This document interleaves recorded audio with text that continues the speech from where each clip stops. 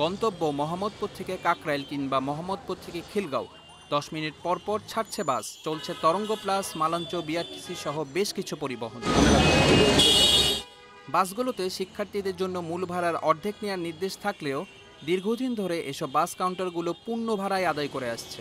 পরিবহন মন্ত্রী ওবায়দুল কাদের বিআরটিসি সহ অন্যান্য পরিবহনগুলোতে শিক্ষার্থীদের কাছ থেকে অর্ধেক ভাড়ার আদায়ের নির্দেশ দিয়েছিলেন। কিন্তু রাজপথে সিটিং বাস নামে যে পরিবহনগুলো চলছে সেগুলো শিক্ষার্থীদের কাছ থেকে পূর্ণ ভাড়ায় আদায় করছে। এ নিয়ে প্রায় বাকবিতণ্ডায় জড়াচ্ছেন শিক্ষার্থী আর বাস পরিচালনাকারীরা। সরকারিভাবে নির্দেশ, কিন্তু স্টুডেন্ট তো হাফ ভাড়া নিতেছে না। যে স্টুডেন্টদের যে হাফ পাস, এটা 69 সালে গণঅভ্যুত্থানের পর থেকে হয়েছে, কিন্তু আমরা তো আইন তো মানেন না। এদেরকে স্টুডেন্ট ভাড়া নেওয়ার কথা বললে এরা বিভিন্ন কথাবার্তা বলে, কখনই নেয় না। এর আগেও যখন বলা হয় হাফ পাস নিতে, তখন নেওয়া হয় না। দেখেন স্টুডেন্ট ভাড়া বলে নেন, 1 টাকা আমরা ফেরত দেয় নাই। অথচ কোনটি লোকাল বাস আর কোনটি সিটিং বাস তা দেখে বোঝার উপায় নেই। শিক্ষার্থীরা বলছেন এইসব বাসগুলো সিটিং সার্ভিসের নামে চিট করছে। এদের সাথে মারামারি বেজে যায়, তারপরে মনে করেন আর হাফ পাস নেবে না। এটা চিটিং বাস, উঠলে তাদের ভাড়া দিতেই হবে। ভাড়া নেয় সিটিং, অবশ্য এরা একবারে সারা রাস্তা থেকে লোক নেয়।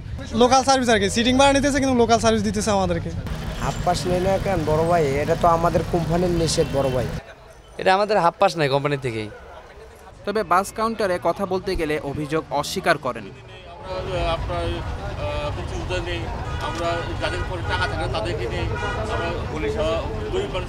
শিক্ষার্থীদের দাবি সরকার খুব দ্রুত এই সমস্যা মীমাংসা করে একটি সমাধানে পৌঁছাবে।